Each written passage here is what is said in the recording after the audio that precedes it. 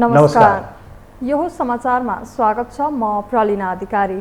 म कुलचन्द्र विष्ट। सुरुमा अहिलेसम्मका प्रमुख समाचार।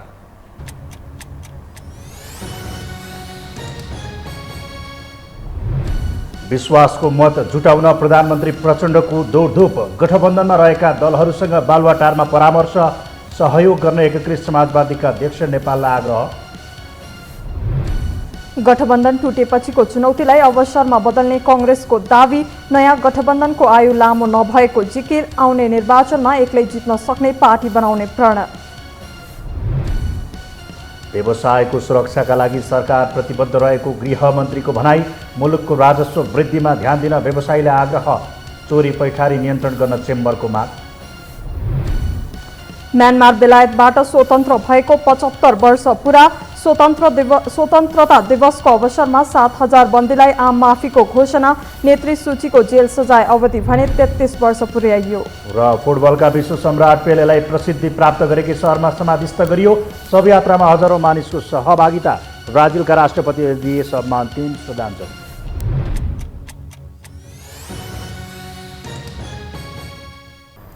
अब समाचार विस्तारमा। प्रधानमन्त्री पुष्पकमल दाहाल प्रचण्डले विश्वासको मत लिने दिन नजिकिँदै गर्दा सत्ता गठबन्धनमा आबद्ध दलका शीर्ष नेताहरूको छलफललाई तीव्रता दिएका छन्। आज पनि प्रधानमन्त्रीको सरकारी निवास बालुवाटारमा 5 शीर्ष नेताबीच छलफल भएको छ। छलफलमा विश्वासको मत जुटाउने, मन्त्रालयको भागभण्डा र प्रदेश सरकार गठनका विषयमा छलफल भएको प्रधानमन्त्रीको सचिवालयले जानकारी दिएको छ। प्रधानमन्त्री सहित नेकपा एमालेका अध्यक्ष केपी शर्मा ओली, उपप्रधान तथा गृहमन्त्री रवि लामिछाने, राष्ट्रिय प्रजातन्त्र पार्टीका अध्यक्ष राजेन्द्र लिङदेन, जनता समाजवादी पार्टीका अध्यक्ष उपेन्द्र यादव छलफलमा सहभागी थिए।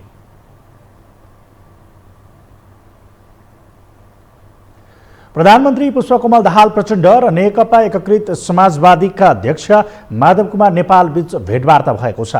आज अपराह्न सिंहदरबार स्थित प्रधानमन्त्री तथा मन्त्री परिषदको कार्यालयमा प्रधानमन्त्री प्रचण्डसँग पूर्व प्रधानमन्त्री समेत रहनुभएका अध्यक्ष नेपालले भेट गर्नुभएको हो। त्यस अवसरमा प्रधानमन्त्री प्रचण्डले सरकारलाई विश्वासको मत दिन आग्रह गर्नुभएको थियो। यता अध्यक्ष नेपालले भने पार्टीभित्र छलफल गरेर मात्रै टुङ्गोमा पुग्न सकिने जवाफ दिनुभयो। उहाँले प्रधानमन्त्री दाहालसँग वामपन्थी पार्टीहरू बीचको एकताबारे भने छलफल नभएको प्रतिक्रिया समेत सञ्चारकर्मीलाई दिनुभयो। त्यसैले हाम्रो चिन्ता कम्युनिस्ट पार्टी र आन्दोलनलाई जोगाउने बचाउने कसरी।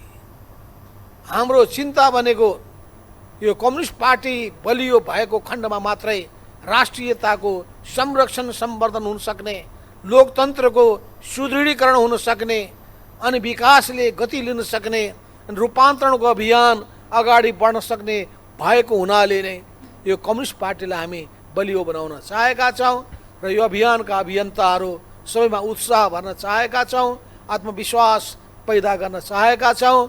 त्यो आत्मविश्वासको भावनाका साथ तपाईँहरू अगाडि बढ्नुहोस्। युवा सङ्घ तपाईँहरूले अघि ठिकै भन्नुभयो, माओ सेतुङले भन्नुभएको थियो कि युवाहरू हो, यो संसार तिमीहरूको पनि हो, यो संसार हाम्रो पनि हो। माओवादी केन्द्रका अध्यक्ष समेत रहनुभएका प्रधानमन्त्री दाहालले सरकारमा जाने बेलामा आफूसँग छलफल समेत नगरेको भन्दै नेपालले गुनासो गर्दै आउनु भएको छ।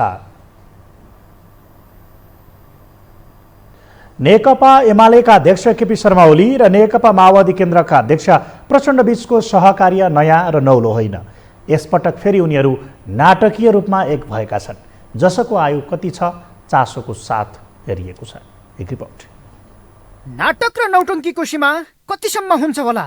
कुनै बेला नेकपा एमालेका अध्यक्ष केपी शर्मा ओली र नेकपा माओवादी केन्द्रका अध्यक्ष समेत रहेका प्रधानमन्त्री पुष्पकमल दाहाल प्रचण्ड बीच ज्यादै थियो। नाटकै हो, नाटकै हो, नाटकै हो। त्यो नाटक हो भन्ने कुराको पटाक्षेप आज भइसक्यो। नौटङ्की नै हो, यो नौटङ्की नै हो। एउटा नेताले अन्तर भाषण ठोके, नौटङ्की नै हो। अनि कसरी नौटङ्की भयो त्यो बताइदिनुहोस् न त। तर अहिले उनीहरू नाटकीय शैलीमै एक भएर देखाइदिएपछि धेरैलाई नौटङ्की लागिरहेको छ।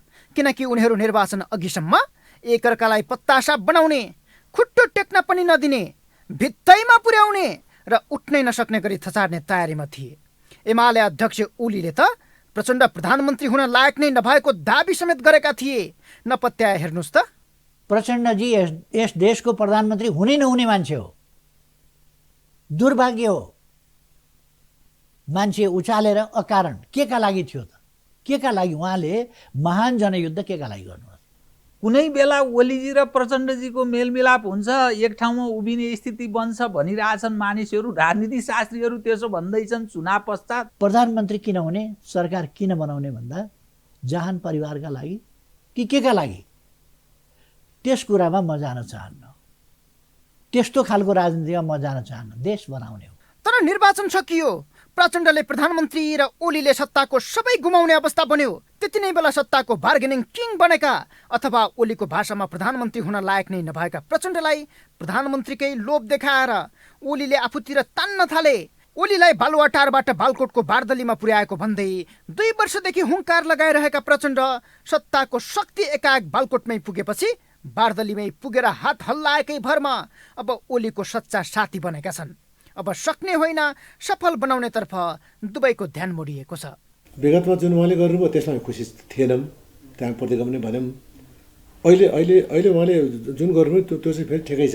यो परिस्थितिको एउटा तकाजा भनौँ न हो यो भन्ने रूपमा हामीले लिएका छौँ। त्यसैले धेरै खुसी पुरा अति प्रसन्न यस्तो चाहिँ छैनौँ।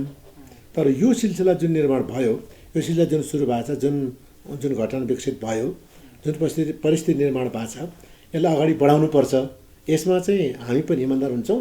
नेकपा एमाले, केपी शर्मा ओलीजी लगायत सम्पूर्ण नेकपा एमाले इमान्दार भएर अगाडि बढ्नुपर्छ भन्ने भनाइ हो। अहिले ओलीको प्रतिगमन सच्चिएको छ। प्रचण्ड प्रधानमन्त्री हुन उत्कृष्ट पात्र बनेका छन्। यो सत्ताको खेल हो हजुर, यहाँ असम्भव केही छैन र राजनीतिमा सबै जायज छ भन्ने मान्यताले मलजल पाएको छ। प्रचण्ड आफ्ना भनाइ र दाबी विपरीत गएर ओलीको क्षमादान होइन भिक्षादानमा प्रधानमन्त्री बनेपछि निकै उत्साहित बनेका छन् र प्रचण्डलाई सफल बनाउने प्रमुख दायित्व उठाएका ओली रातों दिन उनकै सत्ता सुरक्षामा खटिएका छन्। प्रचण्डजीलाई हिजो के भन्यो भन्दा अहिले राजनीतिक षड्यन्त्रको नेता को भन्दा केपी ओली हो। त्यसकारण केपी ओली कहिले पनि राष्ट्रियता, सार्वभौमिकता, अखण्डता र नेपाली जनताको समृद्धि र सुखी नेपालसम्म नेपाल बनाउने कुराको र यो सङ्घीय लोकतान्त्रिक गणतन्त्रको पक्षधर भएको हुनाले त्योभन्दा बाहिर अहिलेको गठबन्धन जान दिनुहुन्न। पुनर्मिलनपछि खुमलटारको कौशीमा ओली प्रचण्ड निकै हसिलो मुद्रामा पेश भएका थिए। सुन्तला छोडाको के छ खबर पुरानो जोडाको जस्तै शैलीमा छेउमै रहेको गुन्द्रुकको बास्ना लिँदै उनीहरू सत्ताको हिसाब किताब गरिरहेको दृश्यले धेरैको ध्यान खिचेको थियो।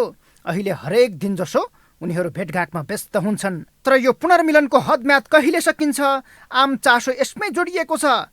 किनकि हिजो 50 वर्ष टिक्छ भनेको वाम एकता 3 वर्षमै भत्कियो। प्रधानमन्त्रीका लागि गठबन्धन तोडेर एमालेसँग मिल्न जान्न, 15 वर्ष कङ्ग्रेससँगको गठबन्धन टिकाउँछु भनेका प्रचण्ड 3 घण्टामै बदलिए। अब अहिले प्रचण्ड प्रधानमन्त्री र ओली साझा न्यूनतम कार्यक्रमको संयोजक बनेका छन्। एक हिसाबले गठबन्धनको नेतृत्व नै ओलीको हातमा रहेकाले सरकारको तालाचाबी पनि उनकै हातमा छ। 2.5 वर्षपछि प्रधानमन्त्री बन्ने पालो पनि ओलीकै छ। तर त्यति बेलासम्म यही गठबन्धन कायम रहला त? वा सत्ताको सबै थोक गुमाएको कङ्ग्रेसले सरकार ढाल्न कुन भूमिका खेल्ला?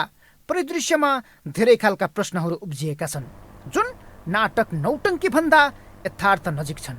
यो हो टेलिभिजनका लागि सन्तोष बिके थापा, काठमाडौँ। अब बाँकी समाचार। नेपाली कङ्ग्रेसका प्रवक्ता एवं सांसद डाक्टर प्रकाश शरण महतले वर्तमान सत्ता गठबन्धनको आयु लामो नरहेको बताउनु भएको छ।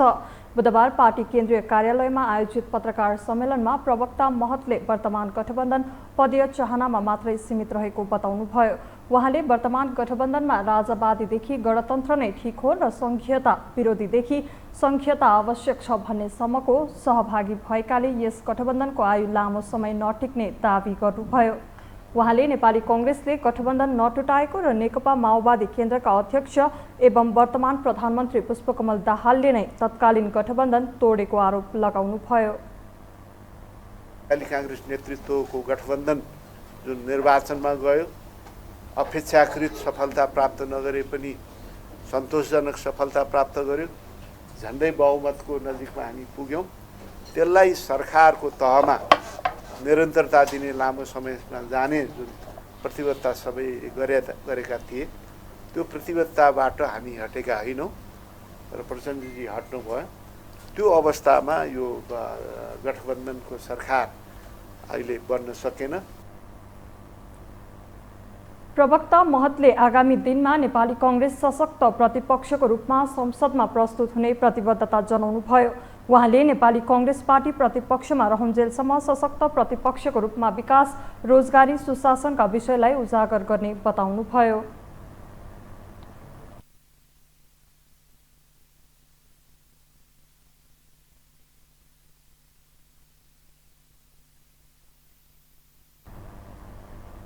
सरकारको पहिलो हकदार भए पनि सत्ता गुमाएको नेपाली कांग्रेसले खरो प्रतिपक्षी बन्ने उद्घोष गरेको छ र फरक फरक स्वार्थ जडित गठबन्धन लामो समय नटिक्ने दावी समेत गरिदिएको छ। एक रिपोर्ट। संसदको सबैभन्दा ठूलो दल भएर पनि सत्ताको सबै गुमाएपछि नेपाली कांग्रेस भाग खोसिएको पीडामा छ। 7 दलीय समर्थन जुटाएका एमाले अध्यक्ष केपी शर्मा ओली र प्रधानमन्त्री पुष्पकमल दाहाल प्रचण्ड भने कांग्रेस रहित गठबन्धन बनाउने कसरतमा छन्। त्यसका लागि संसदका अधिकांश दलहरूसँग निकट रहेका उनीहरू सक्ने जति सबै दिने तयारीमा छन्। तर हिजोसम्म मौन विलापमा रहेको कांग्रेस अब टक्रापमा उत्रिने संकेत गरेको छ। आफैलाई गलहत्याएर बनेको गठबन्धन धेरै दिन टिकाउन हुने भन्दै कांग्रेसले आयु नै नाप्न थालेको छ। यो जुन अहिले चाहिँ बनेको गठबन्धनको सरकारको जुन विरोधाभासपूर्ण अवस्था छ त्यो बोझबाट नै यो गठबन्धनको आयु छोटिन सक्ने प्रशस्त सम्भावनाहरू पनि हामीले चाहिँ देखिराखेका छौँ। तथापि जुन बेलासम्म नेपाली कांग्रेस पार्टी यो विपक्षमा रहन्छ त्यो बेलासम्म हामी सशक्त विपक्षीको भूमिका निर्वाह गर्छौँ। पुस 10 मा सत्ता गुमाएपछि पहिलो पटक औपचारिक फोरमबाट बोलेको कांग्रेसले एमाले नेतृत्वको नयाँ समीकरणलाई विशुद्ध पदपूर्तिको गठबन्धन भनेको छ।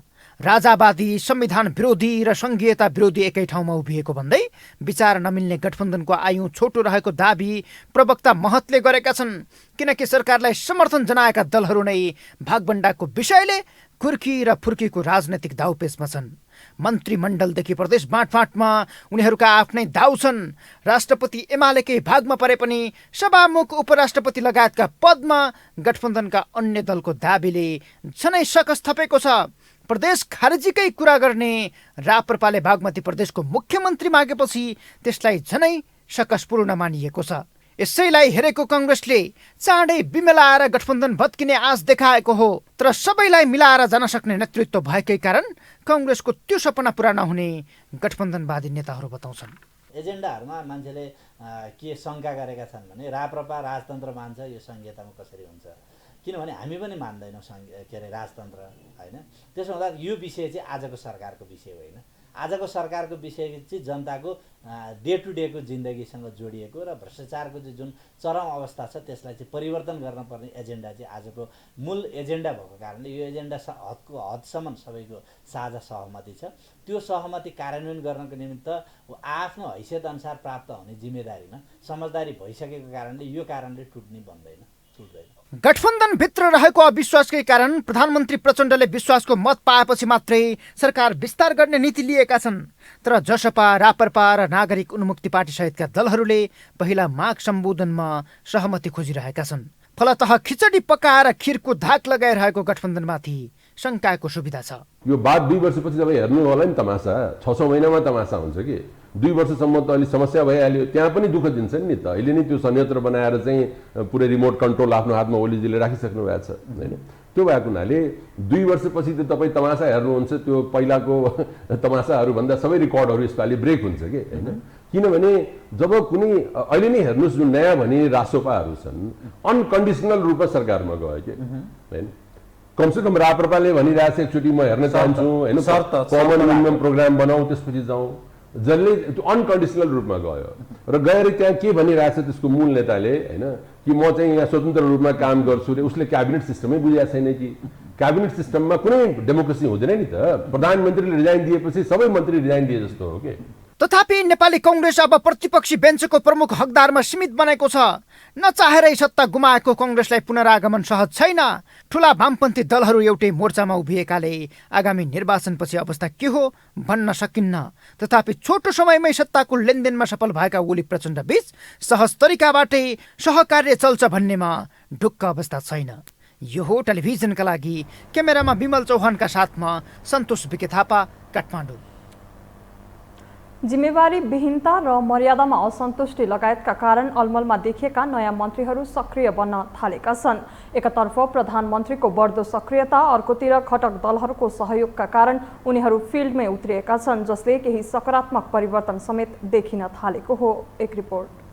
काङ्ग्रेस छोडेर एमालेसँग तालमेलको चमत्कारिक फड्को मारेका माओवादी अध्यक्ष पुष्पकमल दाहाललाई गर या मरको अवस्था छ। 7 दल र 3 स्वतन्त्र सांसदको समर्थनमा प्रधानमन्त्री बनेसँगै सबैलाई मिलाएर जाने चुनौतीमा रहेका उनले यो पल्ट काम समेत गरेर देखाउनु छ, जहाँ सडक र असन्तुष्टिको आवाज राष्ट्रिय स्वतन्त्र पार्टी र व्यवस्था विरोधी राप्रपा समेत सहभागी छन्, जहाँ गठबन्धन घटक दलहरू आफैलाई प्रमाणित गर्ने दौडमा छन् भने सिङ्गो सरकारको जस अपजसको भारी पनि उनीहरूमा रहनेछ। फलत सरकारमै प्रतिपक्षीको भूमिका निर्वाह गर्ने बताएका उपप्रधान तथा गृहमन्त्री रवि लामिछानेले कार्यभार सम्हालेबाटै सक्रियता बढाए। कहिले राहदानी विभाग पुग्ने त कहिले कार्यविधिभन्दा बाहिर रहेका सुरक्षाकर्मी फिर्ता गर्ने निर्णयले चर्चामा रहेका उनले प्रहरीका हाकिमलाई राजदूत भेट्न समेत रोक लगाइदिए। यही बीचमा 77वटै जिल्लाका प्रमुख जिल्ला अधिकारीका साथै जिल्ला सुरक्षा समितिमा रहेका नेपाली सेना, नेपाल प्रहरी, सशस्त्र प्रहरी बल र राष्ट्रिय अनुसन्धान विभागका प्रमुखसँग भर्चुअल बैठक गरेका लामिछानेले आम नागरिकले सरकारी सेवा लिन भोगिरहेको असुविधा, शान्ति सुरक्षा, बजार अनुगमन र भ्रष्टाचार लगायतका विषयमा चासो राखेका छन्। यता बाँकेकी निर्मला कुर्मी मृत्यु प्रकरणका विषयमा थप अनुसन्धान गरी सत्य तथ्य रिपोर्ट पेश गर्न केन्द्रीय अनुसन्धान ब्युरो CIB-लाई निर्देशन दिएका उनी गठबन्धनको भागभण्डा लगायतका विषय मिलाउने काममा पनि लागि परिरहेकै छन्।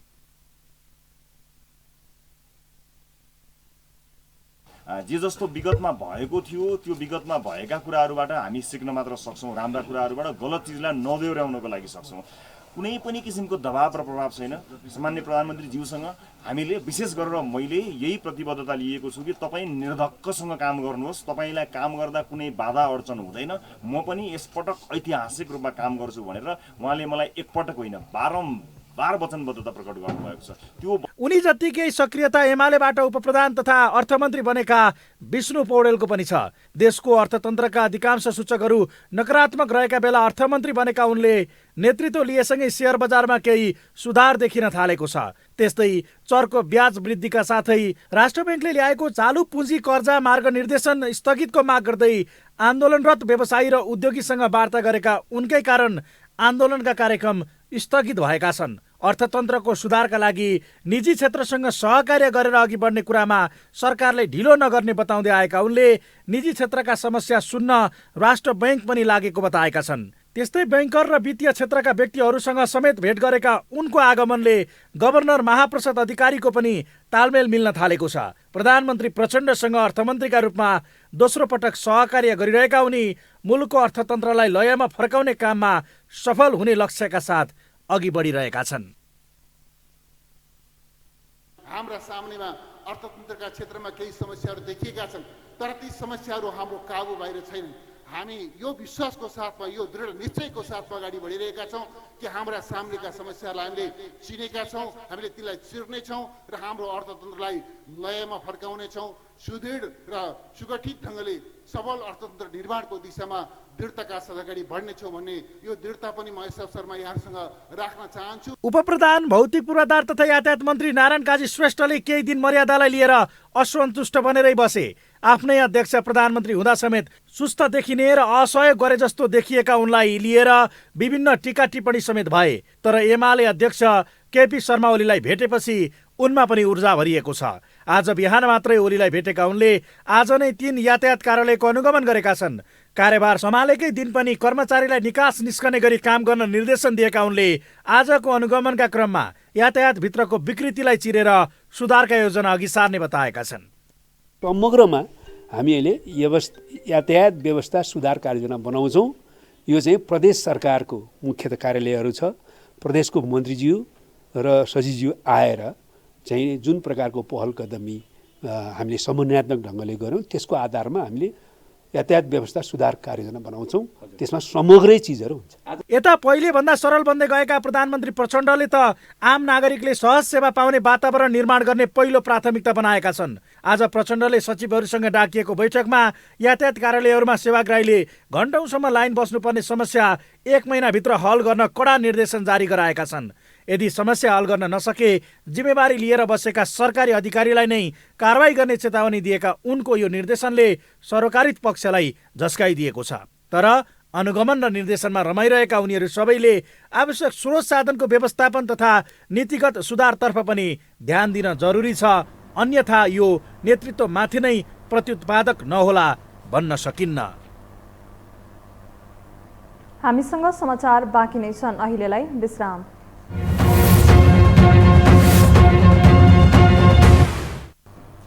विश्रामपछि यो हो समाचारमा स्वागत छ। अब बाँकी समाचार। मुखैमा आएको सत्ता गुमाएर आराम गरिरहेका काङ्ग्रेस सभापति शेरबहादुर देउवाप्रति पार्टीभित्र विपक्षीसम्मको घेराबन्दी बढ्दो छ।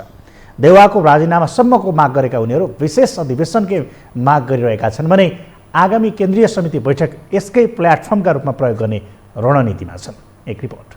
प्रदेशदेखि केन्द्रसम्म सरकार र प्रदेशदेखि राष्ट्र प्रमुखसम्म गुमाएर रित्तो बनेका काङ्ग्रेस सभापति तथा तत्कालीन प्रधानमन्त्री शेरबहादुर देउवा अहिले पार्टीभित्रै घेराबन्दीमा परेका छन्। माओवादी अध्यक्ष पुष्पकमल दाहालको फड्कोले आगामी 5 वर्षका लागि सर्वस्व गुमाएका उनका लागि अहिले आफ्नैहरू समेत आफ्ना भएका छैनन्। हातमा आएको सत्ता फुत्किएपछि देउवा समूहमा समेत विवाद छ। वरिष्ठ नेता रामचन्द्र पौडेल, उपसभापति पूर्णबहादुर खड्का, प्रकाशमान सिंह, कृष्ण प्रसाद सिटौला सहितका नेताहरू माओवादीलाई पहिलो कार्यकाल दिएर भए पनि काङ्ग्रेसको सत्ताको साँचो हातमा लिनुपर्छ भन्नेमा थिए। तर प्रवक्ता डाक्टर प्रकाश शरण महत, विमलेन्द्र निधि, ज्ञानेन्द्र बहादुर कार्की र आर्जु राणा सहितका नेता त्यसको विपक्षमा उभिए। यता डाक्टर शेखर कोइरालाले त आफूहरूले पहिलेबाटै गठबन्धन नगरौँ भन्दै आएको नै बताइसकेका छन्। कोइराला पक्षीय नेता गुरुराज घिमिरेले देउवाको राजीनामा नै माग्दा विशेष अधिवेशनको समेत चर्चा सुरु भएको छ, जसका लागि आगामी केन्द्रीय समिति बैठकलाई उपयोग गर्ने रणनीतिमा रहेका उनीहरूले छुट्टै गुट भेला गरेर एजेन्डामा छलफल समेत गरिसकेका छन्। यो पुस 10 गतेको घटना सामान्य घटना होइन। नेपाली काङ्ग्रेसको जीवनमा यसले धेरै ठुलो तात्विक असर पर्ने खालको एउटा घटना हो। राजनीतिक रूपमा यो घटनाले सिङ्गो देशलाई एउटा तरङ्गित बनाएको अवस्था छ। हामीले नेपाली काङ्ग्रेसलाई आम जनताले जुन खालको विश्वास र भरोसा गरेर पहिलो पार्टी बनाए, यो पहिलो पार्टी बनाएको जुन एउटा प्रत्याभूति हामी नेतृत्वले दिन सक्नु पर्थ्यो, पार्टीका नेताले दिन सक्नु पर्थ्यो, त्यो दिन नसकिरहेको घटनाप्रति हामी अत्यन्तै गम्भीर छौँ। त्यसैले गर्दा आगामी केन्द्रीय कार्य समितिको बैठकमा यसका बारेमा निर्मम समीक्षा गर्न जरुरी छ। आफ्नै पार्टीका नेता कार्यकर्ताको साथ गुमाउने अवस्था तथा रणनीतिक रूपमा असफल भएपछि अहिले देउवा पार्टीभित्रै रक्षात्मक अवस्थामा छन्। यही अवसर र कार्यकर्तामा देखिएको असन्तुष्टिलाई क्यास गर्न संस्थापन इतर समूहले भने आफ्नो गुट बलियो बनाउने रणनीति अघि बढाएको छ। तर यही परिस्थितिमा पनि प्रदेशहरूको संसदीय दलको नेता चयनमा भने संस्थापन पक्षले नै वर्चस्व जमाएको छ, जसले हौसिएका देउवा पक्षका अन्य नेताहरू भने अहिले महामन्त्री गगन थापा सहितलाई घन्टी काङ्ग्रेसको संज्ञा दिँदै कारवाही गर्नुपर्ने पक्षमा उभिएका छन्। उनीहरू यो परिस्थिति आउनुमा शेखर समूहले गठबन्धनमा गर्दै आएको असहयोग तथा एकीकृत समाजवादीका अध्यक्ष माधव नेपालले आफ्नो भाग बढाउन देउवालाई प्रधानमन्त्री नछोड्न दिएको दबावसम्मलाई जोडिरहेका छन्। हिजो संविधान र व्यवस्था जोगाउन भन्दै प्रधानमन्त्री बन्दिन हात जोडेकाहरू नै संविधान र प्रतिगमन विरुद्ध जानेको काखमा जानु देउवाको दोष नभएको उनीहरूको तर्क छ। जहाँ महामन्त्री र दोस्रो तहको नेताको भूमिका प्रचण्डकै संसदीय दलमा अर्जुन नरसिंह केसी र शेखर कोइरालाले गरेको घण्टौँको वार्ताको प्रतिफलमाथि पनि अहिले प्रश्न छ। हामीमा रुवावसी छैन। नेपाली काङ्ग्रेसले जुन गठबन्धन गर्यो, या गठबन्धन गर्ने अवस्था आयो, त्यो तपाईँको नेपाली काङ्ग्रेसको रहर होइन। सङ्घीय लोकतान्त्रिक गणतन्त्र संविधान लेखिएको छ, त्यो संविधान सिद्धिने भयो। त्यसैले चाहिँ गएर नेपाली काङ्ग्रेसको सभापतिजीले नेतृत्व गरिदिनु पर्यो भनेर आग्रह गरेर त गएकै हो नि। प्रचण्डजी, माधवजी गएकै हो नि, उपेन्द्रजी गएकै हो नि, हाम्रो सभापति नमानेकै हो नि, होइन? अहिले जनताले हामीलाई चाहिँ गरेर प्रतिपक्षमा बस भनेको छ, हामी सरकार बनाउन जान्नौँ। किनभने हामीले 23 सिट जितेका छौँ। भित्र घेराबन्दीको ज्वाला सल्किँदा पनि कार्यकर्तालाई थुम्याउने प्रयासमा भने दुवै पक्षका नेताहरू छन्। फलत यो अवसरलाई पार्टीको शुद्धिकरण र सङ्गठन विस्तारमा लगाउनु पर्ने बताउने उनीहरू अरूलाई दोष देखाएर उम्किन नमिल्ने बताइरहेका छन्।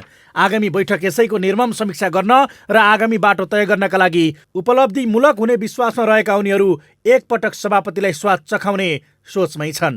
एउटा मिस्टेक भागे हो, जसले केन्द्रको राजनीतिमा बसेर जो नजिकबाट सत्ताको राजनीति खेलिरहनु भएको थियो उहाँहरू असफल हुनै भएको हो। तर एउटा नेतृत्वको सबभन्दा गुण भनेको के हो भने अरूसँग भएको सत्ता फुत्काएर लिनु, त्यो चाहिँ सबभन्दा राम्रो गुण हो। आफूसँग आइसकेको फुत्काउनु चाहिँ सबभन्दा अवगुण हो। यो बारेमा विस्तृत रूपमा हामी केन्द्रीय कार्य समिति मिटिङमा निर्ममतापूर्वक छलफल गर्छौँ र आफ्ना कुराहरू त्यहाँ राख्छौँ। एउटा कमजोर अलि भएको बेलामा कार्यकर्ताको मनोबल गिर्ने गरी एउटा नेताले अर्कोलाई गाली गर्ने, अर्कोले अर्कोलाई गाली गर्ने, त्यो समस्याको समाधान होइन। यद्यपि अहिले नै देउवाले भने भावी रणनीतिका बारेमा केही बताएका छैनन्। पुस 11 गते प्रधानमन्त्री पुष्पकमल दाहाल प्रचण्डको शपथ ग्रहण समारोहमा शीतल निवासमा देखिएका देउवा त्यसपछि सार्वजनिक कार्यक्रममा देखिएका छैनन्। पुस 16 को मेलमिलाप दिवसका अवसरमा पार्टी सभापतिको तर्फबाट औपचारिक विज्ञप्ति पनि जारी नगरेका उनी अहिले आफ्नै गुट र इतर पक्षको दोहोरो चेपुवामा परेका छन्। यसैको उपज उनी सातै प्रदेशमा आफू निकटका केन्द्रीय सदस्य भेला गर्ने निर्णय गरेर आन्तरिक विवाद सोही प्रदेशमा समाधान गर्ने बाटोमा लागेको देखिन्छ, जसले केन्द्रीय समिति बैठक सर्दा बैठकमा इतर गुटको प्रतिरक्षा गर्ने रणनीतिक तयारी पनि देउवाले गरिरहेका छन्। यो टेलिभिजनका लागि कुलचन्द्र विष्ट, काठमाडौँ। उपप्रधान तथा गृहमन्त्री रवि लामिछानेले उद्योग व्यवसायको सुरक्षाका लागि सरकार प्रतिबद्ध रहेको बताउनु भएको छ। आन नेपाल चेम्बर अफ कमर्सका पदाधिकारीहरूसँगको छलफलमा गृहमन्त्री लामिछानेले विगतका सरकारले उद्योगी व्यवसायीहरूलाई जस्तो आँखाले हेरे पनि वर्तमान सरकारले रातो कार्पेट ओछ्याएर स्वागत गर्ने बताउनु भएको हो। उहाँले उद्योग व्यवसायको सुरक्षाको लागि गृह मन्त्रालयले गर्नुपर्ने कुनै पनि काममा नचुक्ने प्रतिबद्धता समेत जनाउनु भयो। गृहमन्त्री लामिछानेले सरकारले उद्योग व्यवसाय क्षेत्रको काम गर्न छुट्टै युनिट खडा गर्ने र उद्योगी व्यवसायीहरू साना कामका लागि मन्त्रालय वा कार्यालयमा धाउनुपर्ने अवस्थाको अन्त्य गर्ने पनि बताउनु भयो। उहाँले उद्योगी व्यवसायीहरूले आफ्नो व्यापार वृद्धि गरी मुलुकको राजस्व वृद्धिमा ध्यान दिन आग्रह गर्नुभयो। आफ्नो तपाईँको क्रिएटिभिटी, आफ्नो अमूल्य समय, तपाईँको आफ्नो फ्याक्ट्री, तपाईँको आफ्नो स्टोर के छ तपाईँको, अथवा तपाईँको आफ्नो अफिस तपाईँको आफ्नो ठाउँमा नै लगाउने, तपाईँको व्यवसायमा लगाउने हो। नीतिगत कुराहरूमा समस्या आएका छन्, दूरगामी प्रभाव पार्ने कुराहरू छन्, तपाईँहरूले सल्लाह सुझाव दिनुहोला। हामी तपाईँहरूलाई हुने फ्रेन्डली, जसले चाहिँ पैसा कमाउनु नै अपराध जस्तो जुन व्याख्या छ त्यसलाई चाहिँ हामी अन्त्य गर्छौँ। चेम्बरले गृहमन्त्रीलाई कालोबजारी, सीमानाकाबाट हुने चोरी पैठारी नियन्त्रण तथा उद्योग व्यवसायको सुरक्षा दिनुपर्ने माग राखेको छ। चुनावमा अपेक्षाकृत नतिजा प्राप्त नगर्दा सत्ताविहीन बनेका साना दलहरू यति बेला शक्ति सञ्चयका अनेक रणनीतिको खोजीमा छन्। टुटफुट र विभाजनले राष्ट्रिय राजनीतिबाटै विमुख हुने अवस्थामा पुगेका उनीहरू एकअर्कामा सहकार्य गरेरै भए पनि बार्गेनिङ क्षमता बढाउनेतर्फ उन्मुख रहेका छन्। एक रिपोर्ट। संसदीय अङ्कगणितमा तेस्रो शक्ति माओवादी केन्द्रले सत्ताको बागडोर सम्हालेको छ। 32 सिट प्राप्त गरेको माओवादी केन्द्रका अध्यक्ष पुष्पकमल दाहाल प्रचण्ड प्रधानमन्त्री बने। संसदीय निर्वाचनमा कुनै पनि दलले स्पष्ट बहुमत प्राप्त नगरेपछि मिलेर सरकार चलाउनु पर्ने बाध्यता सृजना भयो। सत्ता सहकार्यमा सबै दलले आफ्नो हैसियत अनुसार मौका मिल्ने पक्का छ। फलत चुनावमा आफ्नो बलबुतामा सफलता प्राप्त नगरे पनि अङ्कगणित मिलाएरै भए पनि आफ्नो दुनो सोझ्याउन नेताहरूको दौडधुप छ। साना दलहरू एक अर्काको पहरा बनेर शक्ति सञ्चय गर्न सक्रिय छन्। पार्टी एकता र एकीकरणको बहस साना दलमा सुरु भएको छ। नेकपा माओवादी केन्द्रबाट राजनीतिमा उदाएका नेकपा विभाजनपछि एमाले रोजेका, तर संसदीय निर्वाचनमा एमाले जसपाको तालमेल अस्वीकार गर्दै पार्टीको टिकट नै बहिष्कार गरेर स्वतन्त्र सांसद बनेका प्रभु शाह अहिले पार्टीकै हैसियतमा माओवादी केन्द्रसँग छलफलमा छ। स्वतन्त्र सांसद किरण शाहलाई जबरजस्ती पार्टीमा हटाएर आम जनता पार्टी खोलेका शाह सांसद किरण कुमार शाहले अफर अस्वीकार गर्दै एमालेमा मिसिएपछि अब एमाले त्यागेर स्वतन्त्र बनेका पूर्व मन्त्री समेत रहेका रामवीर मानन्दरलाई काखी चापेर माओवादी केन्द्रसँग मिल्न मौका खोजिरहेका छन्। त्यस्तै निरन्तर टुटफुट र विभाजनले पार्टीको अस्तित्व नै संकटमा रहेको जनता समाजवादी पार्टी र एमालेबाट चोइटिएर बनेको एकीकृत समाजवादी पार्टी एक अर्कामा सहकार्य गर्ने मनस्थितिमा देखिन्छ। राष्ट्रिय राजनीतिमा रजगज गर्दै आएका माधव कुमार नेपाल र उपेन्द्र यादव भन्दा नयाँ अनुहार रवि लामिछाने र राजेन्द्र लिङ्गदेन जस्ता व्यक्ति थप शक्तिशाली बनेपछि एक अर्काको बैसाखी बनेरै भए पनि शक्ति आर्जनको कसरतमा नेताहरू लागेका छन्। संसदमा जसपाको 12 र एकीकृत समाजवादीको 10 सिट छ। दुई दल बीच एकता भए कुल सिट संख्या 22 पुग्छ। अर्थात् 20 सिट सहित चौथो पार्टी बनेको रवि लामिछाने नेतृत्वको राष्ट्रिय स्वतन्त्र पार्टीलाई उछिन्दै स्पष्ट चौथो शक्ति हुनेछ। पार्टी एकता र संसदको चौथो शक्ति मात्र होइन, सत्ताको सैर उनीहरूको प्राथमिकतामा छ। जनता समाजवादी पार्टी विभिन्न दल, त्यो कुनै एउटा पर्टिकुलर दलको मैले नाम लिइनँ, तर विभिन्न दल, राजनीतिक सङ्गठन, त्यस्तै क्रियाशील भएका अन्य राजनीतिक शक्तिहरूसँग सहकार्य गर्न, एकीकरणै गर्न पनि, संवाद गर्न हामीले माननीय पार्टीका केन्द्रीय कार्यकारिणी समिति सदस्य पूर्व मन्त्री राजेन्द्र श्रेष्ठजीको संयोजकत्वमा समिति नै बनाइसक्यौँ। वाम घटकहरू एक हुनुपर्ने बहस निरन्तर छ। ठूलो शक्ति बन्ने होडमा रहेको एमालेले एकीकृत समाजवादीलाई राष्ट्रपति पद नै अफर गर्दै आएका छन्। चुनावमा राष्ट्रिय पार्टी समेत बन्न नसकेको एकीकृत समाजवादी राष्ट्रिय दल बन्ने हुटुटी मात्र छैन, सत्तामा पुग्न समेत मौकाको पर्खाइमा छन्। फलत एकीकरणको ढोका खुला राखेका छन्। तर जसपासँगको एकीकरण भने छलफलमा रहेको तर्क छ। वाम घटकहरू एक हुनुपर्ने पक्षमा नेकपा यस रहेको नेताहरूको तर्क छ। देशका सबै वामपन्थीहरूलाई एकजुट बनाउनको निम्ति पहल कदमी गर्नुपर्छ भन्ने निष्कर्ष निकालेर हिजो मात्रै पोलिट ब्युरो सदस्यहरूले त्यही सुझाव गरेर केन्द्रीय सचिवालयलाई उहाँहरूले अगुवाई गर्ने मौका दिनुभएको छ। जनता समाजवादी पार्टी पनि वामपन्थी धारमा हिँड्न सक्ने, हिँडेको, केही एजेन्डाहरू मिल्ने यो रूपमा उसलाई हामीले देखेका छौँ। उसँग पनि हाम्रो सौहार्दपूर्ण सम्बन्ध हुन्छ, छलफल हुन्छ, अनि हामी विषयवस्तुलाई अगाडि बढाउँदै जान्छौँ। आजको दिनमा चाहिँ अब जनता समाजवादी पार्टीसँग पनि हाम्रो अनौपचारिक कुरा त भइरहेको, व्यापक आयाममा समेट्ने कोसिस गरिरहेका छौँ। उहाँहरू पनि हामीले सँगै हिँड्नुपर्छ, सहयात्रा गर्नुपर्छ भन्ने दलमध्येको एउटा दल हो। हामी बिल्कुल सकारात्मक छौँ। संसदको अस्थिर अङ्कगणित ठूला पार्टीहरू पनि सकेसम्म आफै शक्तिशाली बन्ने होड र साना दलहरू सत्ताका लागि बार्गेनिङ पावर बढाउन एक अर्कामा सहकार्य गर्न उद्यत छन्। आफ्नो बलबुतोमा चुनावमा सफलता हासिल गर्न नसकेको साना दलहरू बार्गेनिङ क्षमता बढाउनकै लागि एकताको प्रयास अघि बढाएका छन्। सदाबहार सत्ताको चास्नीमा रमाएका भारे टाकुरेल दल पुनः बार्गेनिङ गरेरै मालदार मन्त्रालयको तर मार्ने अन्तिम लक्ष्य उन्मुख छन्। यो हो टेलिभिजनका लागि क्यामेरामा विमल चौहानका साथमा निम्लेकी शर्पा, काठमाडौँ। अब पालो अर्थ समाचारको।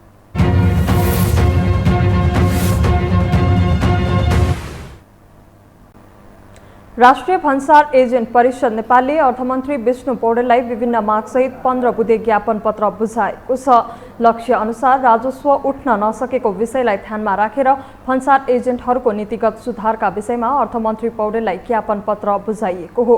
भन्सार प्रतिनिधि खारेज नभइकन लक्ष्य अनुसार राजस्व उठ्न सक्ने भएकाले तत्काल यस सम्बन्धी निर्णय लिन प्रतिनिधि मण्डलले अर्थमन्त्री समक्ष आग्रह गरेका थिए।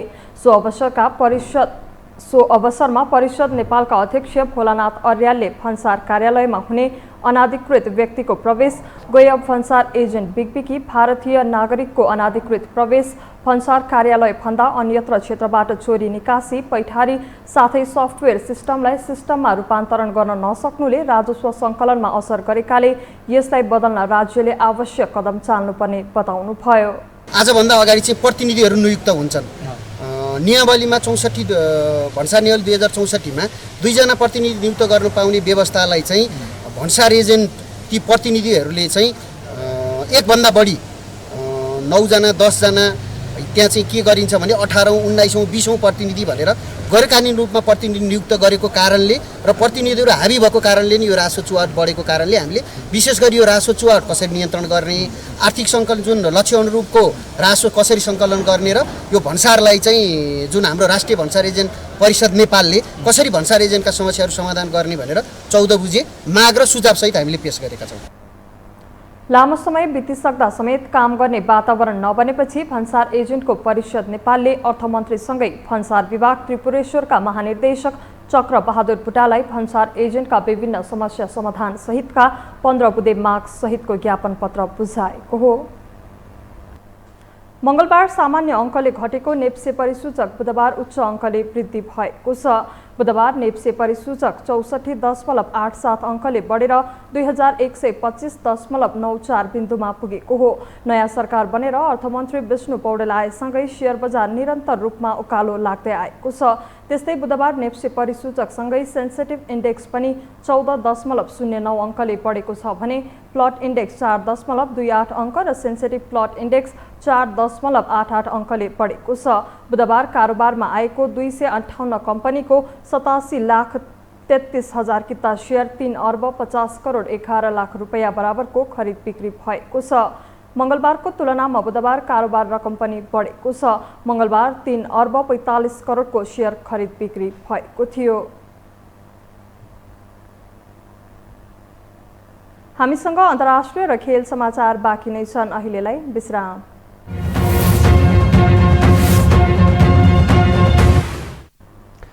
विश्रामपछि यो हो समाचारमा पुनः स्वागत छ। बपालो अन्तर्राष्ट्रिय समाचारको।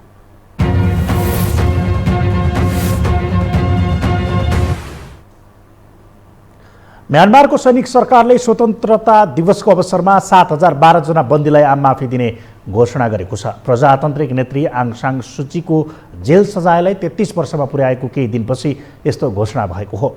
बेलायतबाट स्वतन्त्र भएको 75 वर्ष पुगेको अवसरमा आज ट्याङ्क, मिसाइल लन्चर र सशस्त्र वाहन राजधानी नेपिटको परेड ग्राउन्डमा प्रदर्शन गरिएको थियो। परेडमा निजामती कर्मचारी र माध्यमिक विद्यालयका विद्यार्थीले सेनालाई साथ दिएका थिए। सेनाले सत्ता कब्जा गरेको करिब 2 वर्षपछि दक्षिण पूर्वी एसियाली यो देशमा सरकारी सेना र विद्रोहीबीच द्वन्द्व जारी छ। अब पालो खेल समाचारको।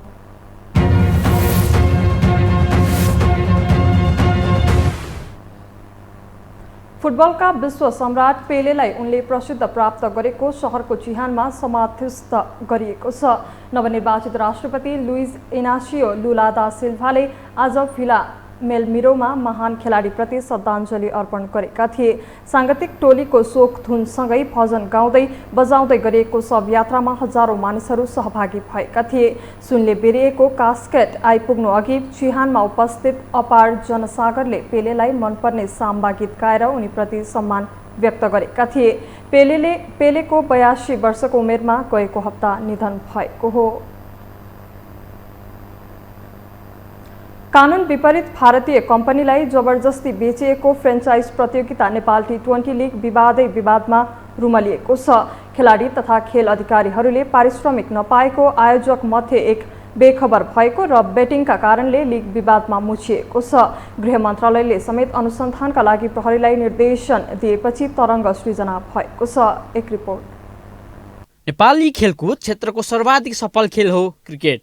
साथै सबैभन्दा बढी माया पाएको खेल पनि क्रिकेट नै। कुनै समय नेपालीको खुसीको पर्याय बनेको क्रिकेटले पछिल्लो केही वर्षदेखि भने निराशा मात्रै दिइरहेको छ। पहिल्यैदेखि राजनीतिक खिचातानी हुने नेपाल क्रिकेट सङ्घ क्यान आजसम्म पनि विवादबाट मुक्त हुन सकेको छैन। कहिले सङ्घका पदाधिकारी बीच मनमुटाव त कहिले आइसिसीको निलम्बन, कहिले खेलाडीसँगको विवाद त कहिले कप्तान छनौट र अस्थिर प्रशिक्षकको मतभेद। खेलभन्दा बढी विवादले चर्चामा आउने क्यान यति बेला फेरि आलोचनाको भुमरीमा परेको छ। क्यान आफैले आयोजना गरेको फ्रेन्चाइज लिग नेपाल टी20 विवादमा परेको छ। नेपाली क्रिकेटकै अभिभावक संस्था क्यानले आयोजना गरेको लिगमा नै म्याच फिक्सिङको चर्चा गम्भीर बनेको छ। यसै लिगमा कमेन्टेटरको भूमिकामा रहेका सचिन तिमिल सिन्हाले यस विषयलाई बाहिर ल्याएका हुन्। मलाई लाग्यो क्यान इन्भल्भ भइसकेपछि, क्यान नै यहाँनिर चाहिँ इन्भल्भ भइसकेपछि क्रिकेट चाहिँ सफा रहन्छ, क्लिन रहन्छ भन्ने मेरो ठुलो अपेक्षा थियो। तर यस्ता घटनाहरू मैले देखेँ जसले गर्दा यो विवादास्पद मात्र होइन, यसमा क्रिकेट बाहेक क्रिकेटलाई गलत तरिकाले प्रयोग गरेर फिक्सिङ गराउने खालका क्रियाकलापहरू मैले देखेँ। आजकल म्याच फिक्सिङ हुँदैन, आजकल स्पट फिक्सिङ हुन्छ। कमेन्टेटर तिमिल सिन्हाकै आरोपलाई थप बल पुग्ने गरेर राष्ट्रिय टोलीका पूर्व कप्तान तथा हाल काठमाडौँ नाइट्सको नेतृत्व गरिरहेका ज्ञानेन्द्र मल्लले पनि आफ्नो टोलीका एक खेलाडीलाई सट्टेबाजले फिक्सिङका लागि प्रस्ताव गरेको खुलासा गरेका छन्। यस सम्बन्धी नियमअनुसार उनले एन्टी करप्सन युनिटलाई जानकारी गराएको पनि बताएका छन्। होइन, अरूको टिमको कुरा थाहा भएन, हाम्रो टिमको एउटा प्लेयरलाई चाहिँ अप्रोच गरेको थियो र एज पर रुल्स होइन हामीले त्यो चाहिँ एड्रेस एसियुलाई गरेको थियो होइन। अप्रोच र फिक्सिङ डिफ्रेन्ट थिङ होइन। कसैले अब तपाईँलाई जे पनि भन्न सक्छ होइन। अब अप्रोच गर्यो भन्दैमा अब सबैले गर्छ भन्ने पनि हुँदैन होइन। अब जसले पनि जसरी पनि अप्रोच गर्न सक्छ, त्यो चाहिँ हामीले भनौँ न रिपोर्ट चाहिँ गरेका छौँ। एसियुले त्यसको केयर पनि गरिसकेको, टेक केयर पनि गरिसकेका छ। म्याच फिक्सिङसँगै सम्झौता अनुसार खेलाडीले पारिश्रमिक नपाएको मुद्दाले पनि लिग विवादमा तानिएको छ। खेलाडी तथा अफिसियलले पारिश्रमिक नपाएका कारण मङ्गलबार तोकिएको समयमा खेल नै हुन सकेन। प्रतियोगिता सुरु हुनु अघि 40% र प्रतियोगिताको दौरान बाँकी 60% रकम बुझाउनु पर्ने सम्झौतामा उल्लेख थियो। मेनली चाहिँ पेमेन्टको कुरा थियो होइन। फरेन प्लेयर्स र प्लस नेपाली सबैको पेमेन्टको कुरा थियो मेनली चाहिँ। अनि ओनरसँग कुरा गर्दाखेरि चाहिँ क्यानमा भन्यो होइन। अनि त्यही कुरा चाहिँ क्यानसँग आएर कुरा गर्दाखेरि चाहिँ क्यानले चाहिँ आश्वासन दिनुभएको छ कि अब हुन्छ भनेर होइन। अनि त्यसले गर्दा हामी खेलेको छौँ भनेर आज अथवा भोलिसम्म भन्नुभएको छ। सो होपफुली फुल पेमेन्ट होपफुली आज अथवा भोलिमा हुन्छ। क्यानभित्र भइरहेका यस्ता गतिविधि छताछुल्ल भएसँगै गृहमन्त्रीले छानबिन गर्न निर्देशन नै दिएको छ। पारिश्रमिक नदिई आयोजकको एउटा पक्ष फरार भएको बेटिङको जालोलाई लिएर उक्त विषयमा विस्तृत जानकारी गराउन युवा तथा खेलकुद मन्त्रालय राष्ट्रिय खेलकुद परिषदलाई पत्र पठाएको छ। विदेशी खेलाडीको अझै श्रम स्वीकृति प्राप्त नभइसकेको अवस्थामा पनि खेलिरहेकाले गृह मन्त्रालयले सबै पक्षबाट स्पष्टीकरण खोजेको हो, जसमा क्यानले पनि गृहको निर्देशनलाई चुनौती दिँदै प्रमाण पेश गरेर देखाउन चुनौती दिएको छ। त्यही त राज्य संयन्त्रले हस्तक्षेप गर्यो भने राज्य संयन्त्रको हस्तक्षेपलाई रोक्ने हो, आधार नदेखाइकन भित्र नआउनुहोस् भन्ने हो। राज्य संयन्त्रले आधार नदेखाइकन तपाईँको घरभित्र छिर्न पाउँछ?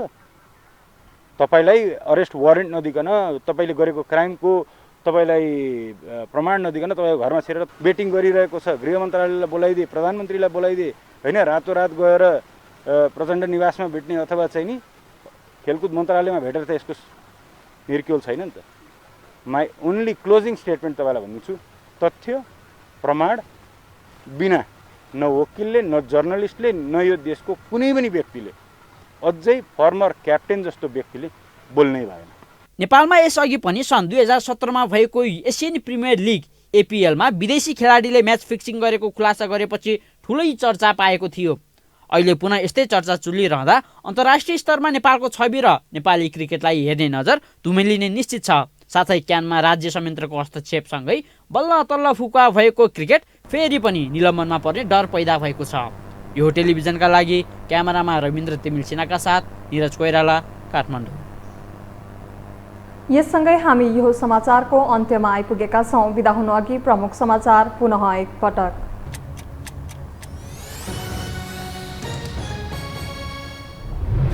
विश्वासको मत जुटाउन प्रधानमन्त्री प्रचण्डको दौडधुप। गठबन्धनमा रहेका दलहरूसँग बालुवाटारमा परामर्श, सहयोग गर्न एकीकृत समाजवादीका अध्यक्ष नेपाललाई आग्रह। गठबन्धन टुटेपछिको चुनौतीलाई अवसरमा बदल्ने कांग्रेसको दावी। नयाँ गठबन्धनको आयु लामो नभएको जिकिर। आउने निर्वाचनमा एक्लै जित्न सक्ने पार्टी बनाउने प्रण। व्यवसायको सुरक्षाका लागि सरकार प्रतिबद्ध रहेको गृहमन्त्रीको भनाई। मुलुकको राजस्व वृद्धिमा ध्यान दिन व्यवसायीले आग्रह। चोरी पैठारी नियन्त्रण गर्न चेम्बरको माग। म्यानमार बेलायतबाट स्वतन्त्र भएको 75 वर्ष पुरा। स्वतन्त्रता दिवसको अवसरमा 7000 बन्दीलाई आम माफीको घोषणा। नेत्री सूचीको जेल सजाय अवधि भने 33 वर्ष पुर्याइयो। र फुटबलका विश्व सम्राट पेलेलाई प्रसिद्धि प्राप्त गरेकै सहरमा समाधिस्थ गरियो। शवयात्रामा हजारौं मानिसको सहभागिता। ब्राजिलका राष्ट्रपतिले दिए सम्मान 3 श्रद्धाञ्जली।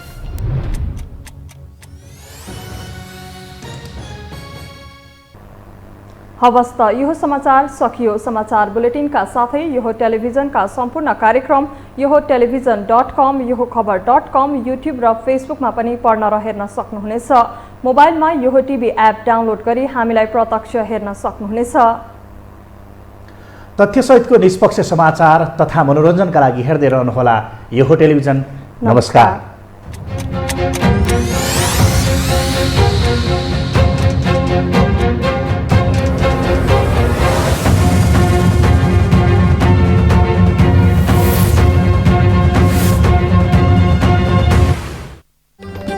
यो हो समाचारको साथमा। Have any sort of health issues?